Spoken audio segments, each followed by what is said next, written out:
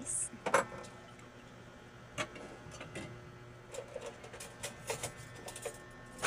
Gandang gabi sa inyo.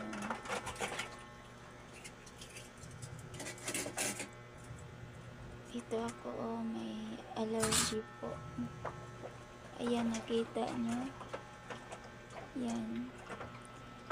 13 years old pa lang ako, ganito na ako. Hanggang ngayon, ang pagtiis ko. Kasi mahirap lang kami. Wala akong kapatid na babae kasi yung mga kapatid ko nawala na sila. Nawala pa ako sa tiyan pa lang sa mama ko. Mga kapatid ko na lang, mga lalaki, pero may mga pamilya na sila, tsaka mahirap din sila. Yung isa ko ng kapatid na lalaki, wala pa asawa, wala din trabaho. Yun, pabigat din yun sa mama ko kasi mama ko matanda na, tsaka hindi kami magkasundo. Dito yung asawa ko. Yan. Yan. Siya nag-aalaga sa akin.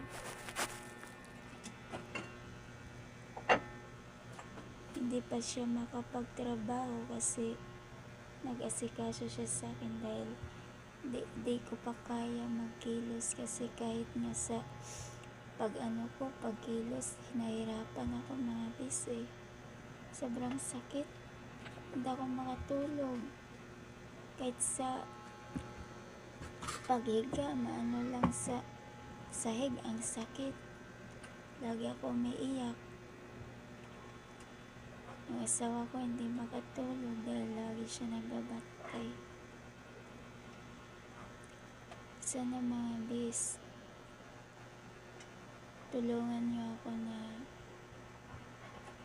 i-share niyo yung video ko para naman mag-viral to. Sana mayroong tumulong sa akin.